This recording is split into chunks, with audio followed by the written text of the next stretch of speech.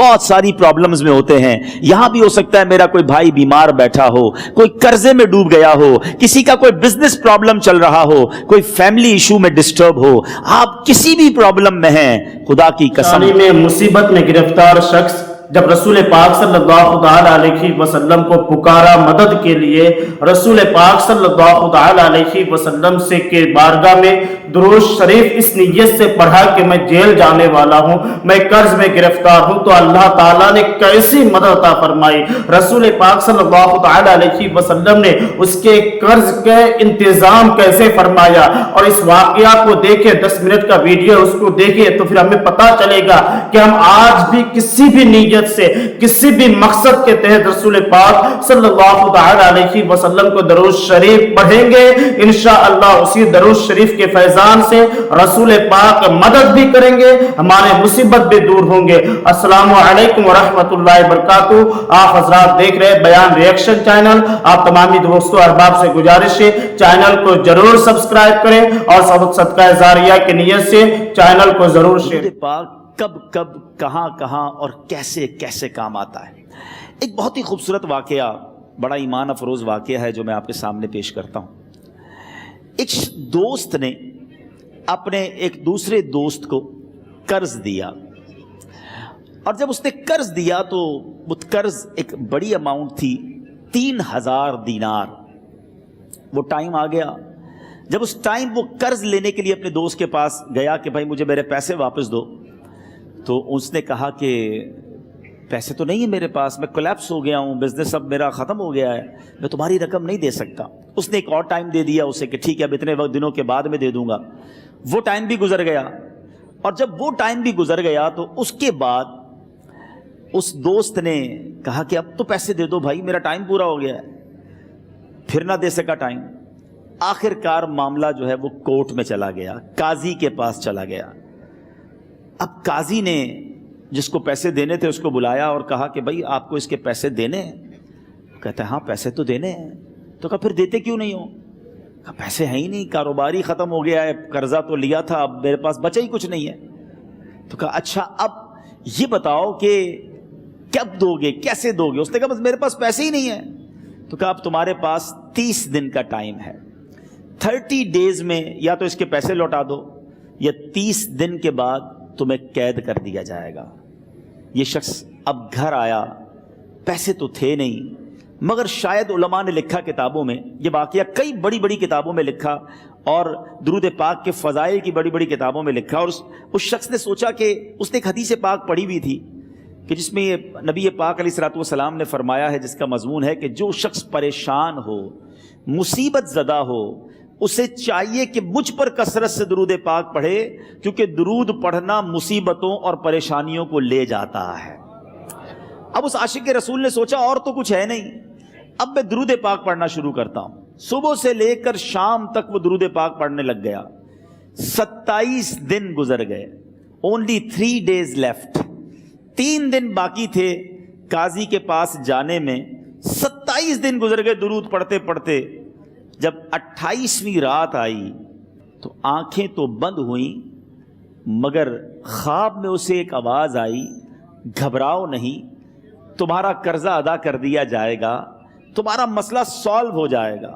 صبح اٹھتا ہے, درود پاک پڑھ رہا ہے, مگر کہتا ہے یہ آواز سے تو مسئلہ حل نہیں ہوگا, پیغام کیا ہے اسے سمجھ نہ آیا.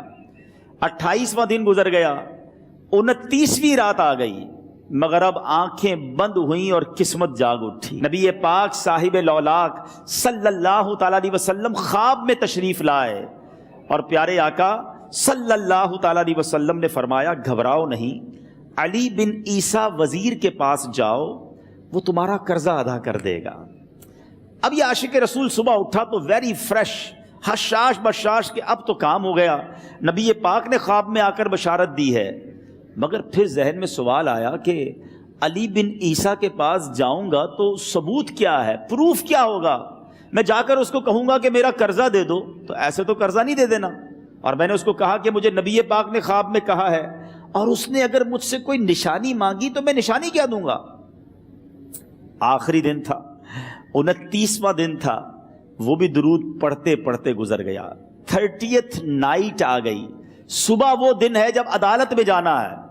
اب اس رات پھر نبی پاک علیہ الصلوۃ والسلام خواب میں تشریف لائے اور آقا علیہ الصلوۃ والسلام نے فرمایا کہ علی بن عیسیٰ وزیر کے پاس جاؤ، وہ تمہارا قرض ادا کر دے گا. کہ حضور چلا تو جاؤں گا، لیکن اگر وزیر نے مجھ سے کوئی نشانی طلب کی تو میں کیا جواب دوں گا؟ پیارے آقا علیہ الصلوۃ والسلام نے کمال کا ارشاد فرمایا کہ علی بن عیسیٰ سے کہنا کہ تم روزانہ فجر کی نماز کے بعد 5000 بار درود پاک پڑھتے ہو، یہ راز فقط تم جانتے ہو اور تمہارا رب جانتا ہے. اب یہ جب صبح اٹھا تو ایک نشانی بھی مل چکی تھی. عدالت میں جانے سے پہلے وزیر کے دربار میں پہنچ گیا. اسے یہ ڈر تھا کہ آج پیسے نہ لوٹائے تو سزا ہو سکتی ہے. جب وزیر کے دربار میں پہنچا تو وزیر اپنے مشیروں کے ساتھ بیٹھا تھا. کہا مجھے آپ سے بات کرنی ہے. کہا بتاؤ کیا بات کرنی ہے؟ کہا میں ایک پیغام لایا ہوں آپ کے لیے. اچھا کس کا پیغام لائے ہو؟ کہا میں نبی پاک جناب محمد مصطفیٰ صلی اللہ تعالیٰ علیہ وسلم کا پیغام لایا ہوں. وہ عاشق رسول وزیر تھا. کہتا بتاؤ میرے آقا نے کیا پیغام دیا ہے؟ کہا حضور میں 3000 دینار کا مقروض ہوں، آج آخری دن ہے اور میرے آقا نے مجھے بشارت دی ہے کہ آپ سے کہوں کہ آپ میرا قرض ادا کر دیجئے. علی بن عیسیٰ کہتا ہے کوئی ثبوت ہے آپ کے پاس؟ ہے کوئی دلیل بھی ہے آپ کے پاس؟ میں کیسے مان لوں کہ آپ کو نبی پاک علیہ الصلوۃ والسلام نے بھیجا ہے؟ عاشق رسول کہتا ہے خالی ہاتھ نہیں آیا، میرے آقا نے مجھے دلیل بھی عطا فرمائی ہے، مجھے ایک ایویڈنس بھی دیا ہے، اور پروف یہ ہے حضور کہ آپ روزانہ صبح فجر کی نماز کے بعد نبی پاک صلی اللہ تعالیٰ علیہ وسلم کی بارگاہ میں درود و سلام کا نذرانہ پیش کرتے ہیں. جب تک 5000 کا عدد پورا نہیں ہوتا آپ اس وقت تک کسی اور سے بات نہیں کرتے. اور اے وزیر صاحب یہ راز صرف آپ کو پتا ہے اور آپ کا رب جانتا ہے. اللہ اکبر. وہ وزیر تو جس کو کہے نا جھوم اٹھا، ایسا عاشق رسول وزیر تھا جو روزانہ صبح 5000 درود پڑھتا ہو. اس کی تو عید ہو گئی نا. وہ کہتا ہے مرحبا یا رسول اللہ، میرے آقا نے میرے درود قبول کر لیے، اس سے بڑھ کر میرے لیے سعادت کیا ہوگی. اب یہ وزیر اپنی سیٹ سے اٹھتا ہے، اپنے کمرے میں جاتا ہے، تھوڑی دیر بعد واپس آ کر اس عاشق رسول کے ہاتھ میں 3000 دینار رکھ کر کہتا ہے حضور پہلے 3000 دینار تو نبی پاک کا حکم کی میں ادب سے بجا لاتا ہوں، میرے آقا نے جو حکم فرمایا یہ 3000 دینار آپ کو پیش کرتا ہوں. حضور ایک اور 3000 دینار لیجئے. میرے گھر آپ آئے، اتنی اچھی خبر سنائی، آپ نے قدم رنجا فرمایا، یہ 3000 اس کا نذرانہ ہے. اور ایسا کیجئے 3000 اور لیجئے، اس سے اپنے بچوں کے لیے کچھ چھوٹا موٹا کام شروع کیجئے اور ایک وعدہ کر کے جائیے، آج کے بعد زندگی میں آپ کو جب بھی کوئی کام پڑے میں آپ کا بھائی ہوں، مجھے یہ خدمت کا موقع دیجئے گا. اللہ اکبر. وہ مقروض جو ایک رات پہلے 3000 دینار کا مقروض تھا، ہو سکتا ہے اس کے بیک آف مائنڈ یہ بھی چل رہا ہو کہ اب شاید کل میں نے جیل میں جا کر عدالت میں جا کر گرفتاری دے کر جیل میں جانا ہے، مگر اب 9000 دینار ہاتھ میں ہیں. عاشق رسول جھومتا ہوا نبی پاک کی یاد میں گھومتا ہوا اب عدالت میں پہنچا. عدالت میں everybody expecting over there کہ آج اس نے آنا ہے اور آ کر کہنا یہی ہے کہ پیسے تو نہیں ہیں، گرفتار کر لو. مگر جا کر اس عاشق رسول نے 3000 دینار جج صاحب کے ہاتھ میں رکھ دیے. قاضی کہتا ہے پہلے تو یہ بتاؤ پیسے آئے کدھر سے؟ تم تو کہتے تھے غریب ہوں، تم تو کہتے تھے کاروبار نہیں ہے، ایک مہینے میں اتنی بڑی رقم کا انتظام کیسے ہو گیا؟ سبحان اللہ. اس عاشق رسول نے گویا زبان حال سے یہ کہا ہوگا کہ یہ تو کرم ہے ان کا، ورنہ مجھ میں تو ایسی بات نہیں، اتنا دیا سرکار نے مجھ کو، اتنی میری اوقات نہیں. اس نے وہ پورا واقعہ بھری عدالت میں سنا دیا. اللہ اکبر. میرے پیارے اسلامی بھائیوں ذرا سوچو پہلے زمانے میں کیسے عاشقان رسول ہوا کرتے تھے. وہ جج، وہ قاضی بھی کیسا سرکار علیہ الصلوۃ والسلام کا عاشق تھا.